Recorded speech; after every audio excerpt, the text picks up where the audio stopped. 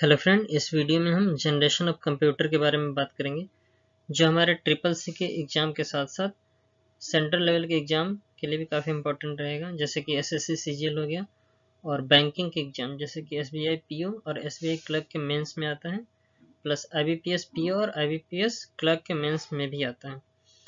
तो इसमें हम बेसिकली डिफरेंस इंजन जो हमारे फर्स्ट जनरेशन का कंप्यूटर है, जो वैक्यूम ट्यूब जिसमें यूज़ हुआ था स्विचिंग डिवाइसेस के रूप में और जिसकी भाषा बाइनरी 01 थी। और अभी मॉडर्न जनरेशन के कंप्यूटर क्वांटम कंप्यूटर जिसमें माइक्रो प्रोसेसर और जिसकी भाषा आर्टिफिशियल इंटेलिजेंस है तक को डिस्कस करेंगे। जनरेशन कोर एलिमेंट और टाइम पीरियड की बात करें तो कोर एलिमेंट में सेमीकंडक्टर डिवाइसेस यूज हुए थे। पहले जनरेशन की बात करें तो इसमें वैक्यूम ट्यूब का यूज हुआ था 1940 से 56 के बीच में। सेकेंड जनरेशन के कंप्यूटर थे उसमें ट्रांजिस्टर का यूज हुआ था। ये भी एक तरह का सेमीकंडक्टर डिवाइस होता है जिसमें 3 टर्मिनल होते हैं, बेस, कलेक्टर और इमीटर होता है, जो एक तरीके से स्विचिंग और प्रोसेसिंग के लिए यूज होता है। 56 से लेकर 63 तक इसका टाइम पीरियड हो जाएगा। और थर्ड जनरेशन में हमारा इंटीग्रेटेड सर्किट्स 1964 से लेकर 71 तक। फोर्थ जनरेशन में सिमिलर थिंग है, बस ये थोड़ा लार्ज स्केल पे, तो ये VLSI इसको बोलते हैं, वेरी लार्ज स्केल इंटीग्रेशन।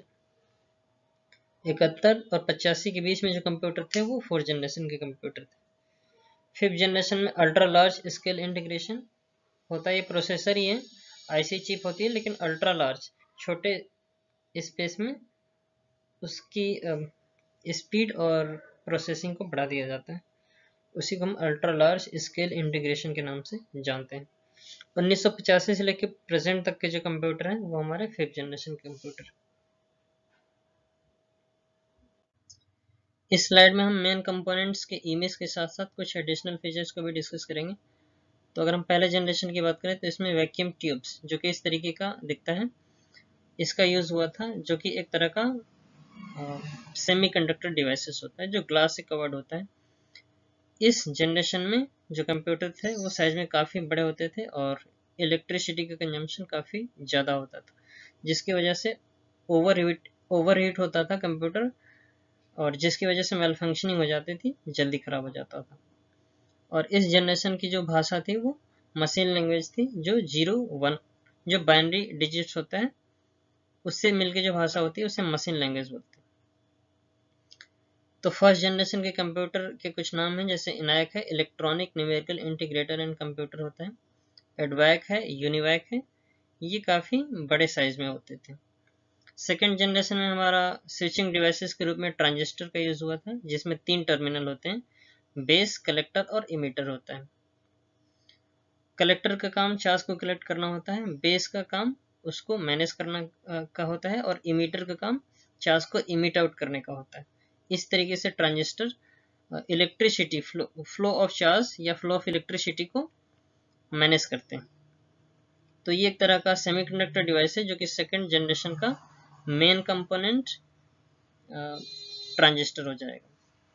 इस जनरेशन में जो कंप्यूटर थे वो साइज में काफ़ी छोटे हो गए पहले के कंपैरिजन में, और पावर का कंजम्पशन थोड़ा कम हो गया, जिसकी वजह से हीट का जनरेशन भी लेस हो गया। इसमें बेसिकली प्रोसेसिंग यूनिट्स का यूज होना शुरू हो गया था, जैसे कि batch processing, multi programming, operating system धीरे धीरे इंट्रोड्यूस होना शुरू हो गए। और इसकी जो भाषा थी कंप्यूटर की वो असेंबली लैंग्वेज थी, जिसमें असेंबलर होते हैं जो बाइनरी डिजिट्स को, बेसिकली जो भाषा होती है असेंबली लैंग्वेज होती है, असेंबलर असेंबली लैंग्वेज को बाइनरी डिजिट्स में कन्वर्ट कर देते हैं, जिससे मशीन काफ़ी इजीली समझ जाता है। सेकंड जनरेशन के कंप्यूटर हैं IBM 1401, IBM 1620, UNIVAC 1108। Third generation में हमारा इंटीग्रेटेड सर्किट्स आ गया था, 64 से लेकर 75 तक टाइम पीरियड है। और इस तरह के कंप्यूटर काफ़ी इस जनरेशन के कंप्यूटर साइज में काफ़ी छोटे हो गए थे, थोड़े फास्ट और मोर रिलायबल हो गए थे। और इसमें हम हाई लैंग्वेज का यूज़ देखेंगे थर्ड जनरेशन के कंप्यूटर में, जैसे C++ है, जावा, पाइथन, ये सब तो बेसिकली एडवांस है, लेकिन इसमें हाई लेवल लैंग्वेज का यूज़ शुरू हो गया था थर्ड जनरेशन के कंप्यूटर में। फिर उसके बाद फोर्थ जनरेशन की बात आती है तो इसमें हमारे पास माइक्रो प्रोसेसर होते हैं, और लार्ज इंटीग्रेशन पे होते हैं, जिसे हम VLSI बोलते हैं। तो प्रोसेसर का यूज हमारा 4th जनरेशन और 5th जनरेशन में होता है। 4th जनरेशन में VLSI होता है और 5th जनरेशन में ULSI होता है, अल्ट्रा लार्ज स्केल इंटीग्रेशन होता है। एक छोटे से ही प्रोसेसर पे बहुत सारे स्विचिंग डिवाइसेस इंटीग्रेट कर दिया जाता है।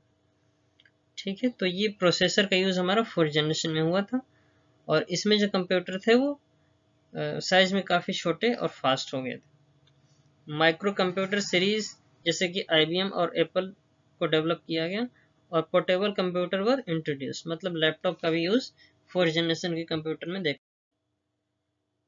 फर्स्ट जनरेशन के कंप्यूटर का टाइम पीरियड 1940 से लेकर 56 तक है। इसमें मुख्य कंप्यूटर्स हैं ENIAC, EDVAC, UNIVAC और TBM सीरीज के कंप्यूटर। तो इसमें ENIAC का पूरा नाम electronic numerical integrator and computer है। दूसरा EDVAC means electronic discrete variable and computer. UNIVAC का पूरा नाम है यूनिवर्सल ऑटोमेटिक कंप्यूटर। और टेक्नोलॉजी बिजनेस मैनेजमेंट TBM का पूरा नाम होता है। इसमें बहुत सारे कंप्यूटर्स हैं TBM सीरीज के। स्विचिंग डिवाइसेस के रूप में वैक्यूम ट्यूब का यूज हुआ था और स्टोरेज के रूप में मैग्नेटिक टेप और ड्रम का यूज हुआ था फर्स्ट जनरेशन के कंप्यूटर में। 1904 में वैक्यूम ट्यूब बनाया गया था, इसी को हम थर्मियोनिक वॉल्व कहते हैं। ये इलेक्ट्रिसिटी के फ्लो को कंट्रोल करने के लिए हीट का यूज करता है और यूनाइटेड स्टेट में इसी को हम थर्मियोनिक वॉल्व या वैक्यूम ट्यूब कहा गया था। 1906 में ली डे फॉरेस्ट ने इसे स्विचिंग वैक्यूम ट्यूब के रूप में यूज किया था, जिसे हम ट्रायड वॉल्व के भी नाम से जानते हैं। कुछ इस तरीके का अरेंजमेंट होता है और ये हमारा वैक्यूम ट्यूब है, ठीक है, जिसे हम ट्रायड वॉल्व के नाम से भी जानते हैं। ली डे फॉरेस्ट ने ट्रायड वैक्यूम ट्यूब 1906 में इस तरीके से बनाया था। ये कुछ एग्जाम्पल्स हैं और ये हमारा पंच कार्ड्स और मैग्नेटिक ड्रम है जो डेटा के स्टोरेज के लिए होता था सेकेंड जनरेशन के कंप्यूटर में। सेकेंड जनरेशन के कंप्यूटर का जो टाइम पीरियड है 1956 से लेकर 65 तक और इसमें ट्रांजिस्टर का यूज हुआ था, एक तरीके से इलेक्ट्रॉनिक डिवाइसेस जो फ्लो ऑफ इलेक्ट्रिसिटी को कंट्रोल करता है। ये एग्जाम्पल है सेकेंड जनरेशन के कंप्यूटर का। इसके अलावा IBM सीरीज के कंप्यूटर्स हैं, CDC सीरीज के कंप्यूटर, ये हमारे सेकेंड जनरेशन के कंप्यूटर। ये एग्जाम्पल हो गया। जॉन बर्डन को ट्रांजिस्टर के आविष्कारक के रूप में हम जानते हैं और 1956 में 3 लोगों को नोबेल प्राइज मिला था, जिसमें सबसे पहला नाम जॉन बर्डन का आता है, फिर उसके बाद Walter H. Bretton and William Shockley का आता है। तो ये इन्वेस्टिगेशन और डिस्कवरी ऑफ ट्रांजिस्टर के लिए नोबेल प्राइज दिया गया था। और सबसे पहले ग्राहम बेल जिन्होंने टेलीफोन का आविष्कार किया था, उनके लेबोरेटरी में इसको यूज किया गया था। 3 नाम हैं, सबसे पहले जॉन बर्डन का आता है, विलियम ब्रैडफॉक का आता है और तीसरे नंबर पे वाल्टर हाउजर ब्रैटन। तीनों का कंट्रीब्यूशन रहा है, लेकिन सबसे ज्यादा जो श्रेय जाता है वो जॉन बर्डन को जाता है। ये कुछ अरेंजमेंट होता है ट्रांजिस्टर का। आप देखिए तो इसमें NPN ट्रांजिस्टर है। ट्रांजिस्टर बेसिकली 2 तरह के होते हैं, एक NPN होता है, एक PNP होता है। अगर बेस हमारा P टाइप का है, एक तरह का सेमीकंडक्टर इम्प्योरिटीज होती हैं जिसको मिलाने से P टाइप सेमीकंडक्टर बनता है और तीनों को कंबाइन करते हैं तो ट्रांजिस्टर बनता है। तो इसमें हमारा मिडिल पार्ट बेस होता है, फिर उसके बाद ऊपर वाला कलेक्टर होता है, चार्ज को कलेक्ट करता है और बेस चार्ज के फ्लो को मेंटेन करता है, मैनेज करता है और इमीटर चार्ज को इमिट करता है। इस तरीके से हमारे ट्रांजिस्टर में इलेक्ट्रिसिटी के फ्लो को कंट्रोल किया जाता है। थर्ड जनरेशन के कंप्यूटर का टाइम पीरियड 65 से लेकर 72 तक है और इसमें हम IC चिप का यूज करना शुरू कर चुके थे, इंटीग्रेटेड सर्किट, जिसका आविष्कार JS किल्बी ने किया है। तो ये हमारा थर्ड जनरेशन का कंप्यूटर है जिसमें IC चिप का यूज शुरू हो गया था। IC चिप का आविष्कार JS किल्बी ने किया था और इसके लिए भी इनको नोबेल प्राइज से अवार्डेड किया गया था 2000। कुछ इस तरीके का अरेंजमेंट होता है हमारा IC चिप का। ये रोम होता है, रीड ओनली मेमोरी बोलते हैं, एक तरीके के प्राइमरी मेमोरी का एग्जांपल्स होता है जो हमारा IC चिप से या सेमीकंडक्टर डिवाइसेस से बना होता है। रोम, रैम, ये सब सेमीकंडक्टर डिवाइसेस हैं। इसके अलावा analog IC, digital IC, mixed IC, power IC, RFIC, system on chip, SoC, ये सब के सब इंटीग्रेटेड सर्किट के एग्जांपल्स। फोर्थ जनरेशन के कंप्यूटर का टाइम पीरियड 1972 से 80 तक या 85 तक जाता है, जिसमें हम आईसी को लार्ज स्केल पे यूज करना शुरू कर चुके थे। तो इसमें जो आईसी होता है वो वेरी लार्ज स्केल इंटीग्रेशन पे होता है। इसी को हम माइक्रो प्रोसेसर के नाम से जानते हैं। तो माइक्रो प्रोसेसर का यूज हमारे फोर्थ जनरेशन कंप्यूटर में शुरू हो गया था। अब देखिए ये इंटेल कोर i7 का प्रोसेसर है, ये फोर्थ जनरेशन कंप्यूटर में इम्प्लीमेंटेड था।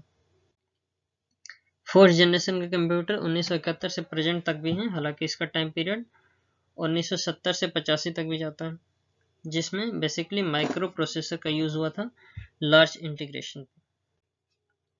फिफ्थ जनरेशन के कंप्यूटर की बात करें तो 1985 या 82 से लेकर प्रेजेंट तक का जो टाइम पीरियड है, ये हमारे फिफ्थ जनरेशन के कंप्यूटर का टाइम पीरियड। इसमें भी आईसी चिप थी, लेकिन ये अल्ट्रा लार्ज पे थी, मतलब ULSI प्रोसेसर की कैपेसिटी बढ़ गई थी बेसिकली। पीरियड 1980 से प्रेजेंट तक है, और टेक्नोलॉजी का क्या यूज है तो ULSI ultra large scale integration. उसके अलावा AI and parallel processing hardware use हुए थे, एग्जाम्पल के तौर पे जैसे डेस्कटॉप, लैपटॉप, नोटबुक, टैबलेट। तो ये हमारे फिफ्थ जनरेशन के कंप्यूटर के एग्जाम्पल्स हैं। ये अल्ट्रा लार्ज स्केल इंटीग्रेशन का एक तरीके से आईसी चिप होता है, कुछ इस तरीके का अरेंजमेंट होता है। फिफ्थ जनरेशन के कंप्यूटर जो सुपर लार्ज या ultra large scale integration chip से निर्मित होता है, मतलब कम स्पेस में ही हम चिप की कैपेसिटी और उसके प्रोसेसिंग को बढ़ा लेते हैं, तो फिर क्या हो जाता है, वो अल्ट्रा लार्ज हो जाता है। उसमें switching devices, number of switching devices का इंटीग्रेशन काफ़ी ज़्यादा हो जाता है छोटे ही स्पेस में। तो ये आर्टिफिशियल इंटेलिजेंस जो रोबोट्स होते हैं, आप उसमें देखेंगे तो वो भी एक तरह का फिफ्थ जनरेशन के कंप्यूटर टेक्नोलॉजी पे ही बेस्ड होता है। इसकी एबिलिटी होती है इमेज और ग्राफ्स को पहचानने में, और ये सीपीयू से भी काफ़ी फास्ट होते हैं। जो हमारा फोर्थ जनरेशन का सीपीयू सेंट्रल प्रोसेसिंग यूनिट, उससे भी काफ़ी फास्ट होते हैं ULSI। ये नेचुरल लैंग्वेज में भी काम करने के लिए कंफर्टेबल होते हैं, क्योंकि इसमें कंपाइलर्स और असेंबलर होता है जो हमारे हाई लेवल को मशीन लैंग्वेज में काफ़ी इजीली कन्वर्ट कर देता है। ये हाई कॉम्प्लेक्स प्रॉब्लम के लिए होते हैं, और डिसीजन मेकिंग जैसे लॉजिकल रीजनिंग, थिंकिंग, इस तरीके के जो कंप्यूटर्स होते हैं, जो हमारे रोबोटिक्स और साइंस टेक की दुनिया में होते हैं, वो सारे के सारे फिफ्थ जनरेशन के कंप्यूटर होते हैं। जनरेशन ऑफ कंप्यूटर का अगर ओवरलुक देखें तो 1940 से लेकर 56 तक फर्स्ट जनरेशन, सेकंड जनरेशन 56 से लेकर 63, थर्ड जनरेशन 64 से 71, और फोर्थ जनरेशन की बात करें 71 से लेकर प्रेजेंट या 85 तक भी जाता है, और फिफ्थ जनरेशन तो अभी प्रेजेंट है और आगे भी चलता ही रहेगा। इस स्लाइड में कुछ एडिशनल चीज़ें हैं, जैसे कि जनरेशन ऑफ कंप्यूटर की भाषा भी है और उसका नाम भी है। तो पहले जनरेशन 42 से लेके 60 तक जाता है, जिसकी भाषा हमें पता है कि मशीन लैंग्वेज होती है। उसके अलावा फोटोन या फार्मूला ट्रांसलेटर भी मानी जाती है। डिवाइसेस की बात करें तो वैक्यूम ट्यूब्स और पंच कार्ड का यूज़ हुआ था, और मशीन लेवल लैंग्वेज को सपोर्ट करता था। बहुत ज़्यादा हीट का, इलेक्ट्रिसिटी का कंजम्पशन और हीट जनरेट होता था, जिसमें कि इनायक, एडवाइक और TBM सीरीज के कंप्यूटर थे। सेकंड जनरेशन की जो भाषा थी एल्गोल, कोबोल और लिस्प थी। 60 से लेकर 65 तक टाइम पीरियड है, और ट्रांजिस्टर और मैग्नेटिक टेप्स का यूज हुआ था। ट्रांजिस्टर स्विचिंग डिवाइसेस के रूप में, और मैग्नेटिक टेप्स स्टोरेज के रूप में यूज हुआ था। इसमें जो ऑपरेटिंग सिस्टम था वो बैच ऑपरेटिंग सिस्टम इस तरीके से काम होता था, पहले के कंपैरिजन में फास्ट था, स्मॉल था और रिलायबल था, और प्रीवियस जनरेशन से लेस कॉस्टली था। इसमें हनीवेल, CDC, IBM सीरीज के भी कंप्यूटर हैं, थोड़े से एडवांस लेवल के। थर्ड जनरेशन में हमारी जो भाषा थी पास्कल, स्नोबॉल और बेसिक थी। 65 से लेके 70 तक इसका टाइम पीरियड जाता है, और इसमें हमारा IC इंटीग्रेटेड सर्किट और लार्ज कैपेसिटी डिस्क और मैग्नेटिक टेप्स का यूज स्टोरेज के लिए हुआ था। टाइम शेयरिंग ऑपरेटिंग सिस्टम का इंट्रोडक्शन हो गया था हमारे थर्ड जनरेशन के कंप्यूटर में, जैसे कि विंडो हो गया। इस तरीके से फास्टर थे, स्मॉल थे, रिलायबल थे, चीपर थे, और अपडेट होने के लिए काफ़ी इजी थे। इसमें कुछ कंप्यूटर्स के नाम है IBM 360, 70, CDC 6600, PDP 8x11। Fourth generation में हमारे EDA और रैकल ये भाषा थी उसकी, और 75 से लेकर 85-88 तक उसके टाइम पीरियड जाता है। और IC जो था वो लार्ज स्केल इंटीग्रेशन पे था, very large scale integration technology semiconductor. Memory magnetic tapes, floppy as a portable. तो मैग्नेटिक टेप्स का यूज तो कम हो गया था, लेकिन फ्लॉपी डिस्क, हार्ड डिस्क का यूज हमारे फोर्थ जनरेशन में स्टोरेज के रूप में होना शुरू हो गया था। उसके अलावा SSD, ये हमारे दोनों में ही कॉमन है, फोर्थ और फिफ्थ में भी। Multi processing graphical user interface operating system enhance हो गया था। ये साइज में काफ़ी छोटे थे, अफोर्डेबल थे और अपडेट करने में काफ़ी इजी थे। एप्पल, क्रे, ये सारे के सारे कंप्यूटर्स हमारे फोर्थ जनरेशन के हैं।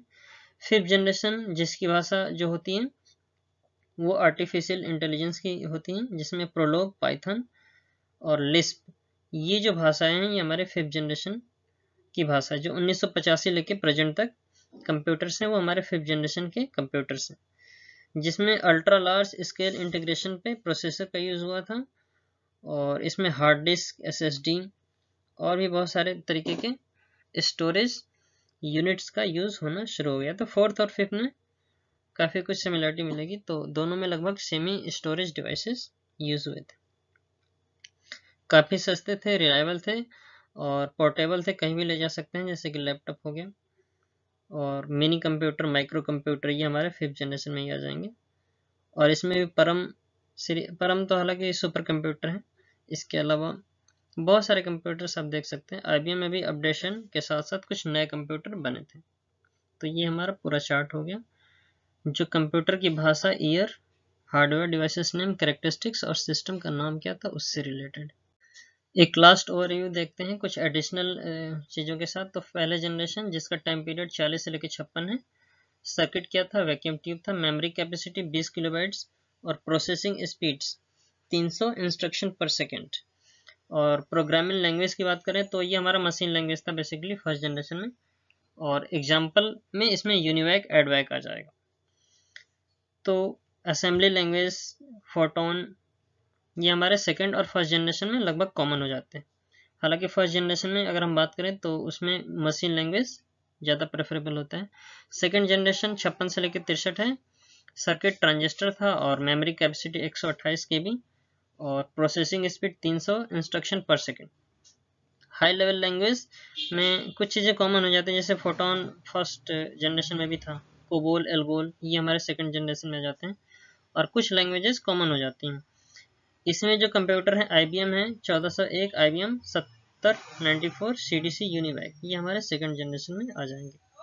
थर्ड जनरेशन में का जो टाइम पीरियड है 64 से लेकर 71 है और इसमें IC चिप का यूज हुआ था। इसकी मेमोरी कैपेसिटी 1 MB हो गई थी और 1 मिलियन इंस्ट्रक्शन पर सेकेंड का प्रोसेसिंग स्पीड बढ़ गया था। इसकी लैंग्वेज C++, ये सारी लैंग्वेज हमारे थर्ड जनरेशन में देखने को मिलती हैं। और इसमें जो कंप्यूटर्स हैं IBM 360 सीरीज, 1900 सीरीज के कंप्यूटर थे। फोर्थ जनरेशन 1971 तक 85 तक माना जाता है, या प्रेजेंट टाइम में भी हम यूज़ करते हैं। तो इसमें हमारा माइक्रो प्रोसेसर था, वो लार्ज स्केल इंटीग्रेशन पे हुआ था, VLSI के नाम से जानते हैं। और स्टोरेज के लिए सेमीकंडक्टर टाइप के डिवाइसेस बने थे, जैसे कि हार्ड डिस्क हो गया, SSD हो गया, और भी बहुत सारे डिवाइसेस ये हमारे स्टोरेज के लिए फोर्थ जनरेशन में यूज हुए थे। ये थर्ड जनरेशन के कंपैरिजन में काफ़ी फास्ट था और लैंग्वेज इनहेंस हो गया था। C++ के साथ जावा, पाइथन, ये सारी लैंग्वेज आ गई थी। पेंटियम सीरीज, मल्टीमीडिया स्टिमुलेशन, ये हमारे कुछ कंप्यूटर के नाम हैं।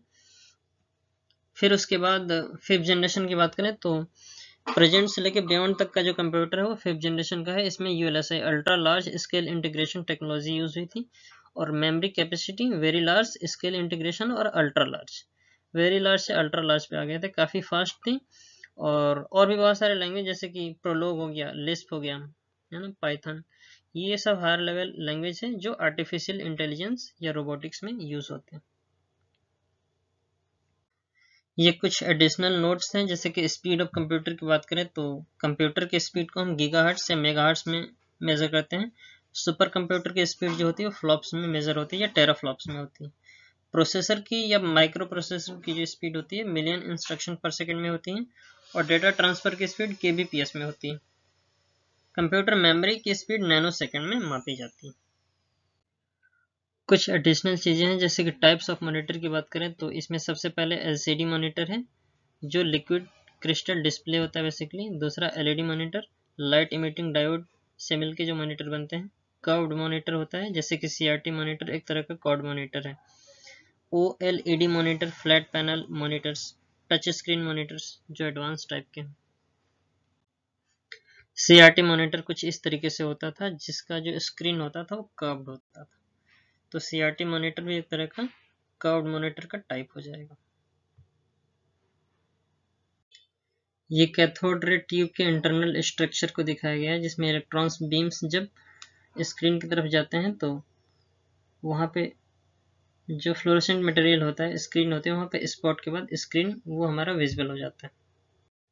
हिस्ट्री और जनरेशन ऑफ कंप्यूटर ये कवर हो चुका है।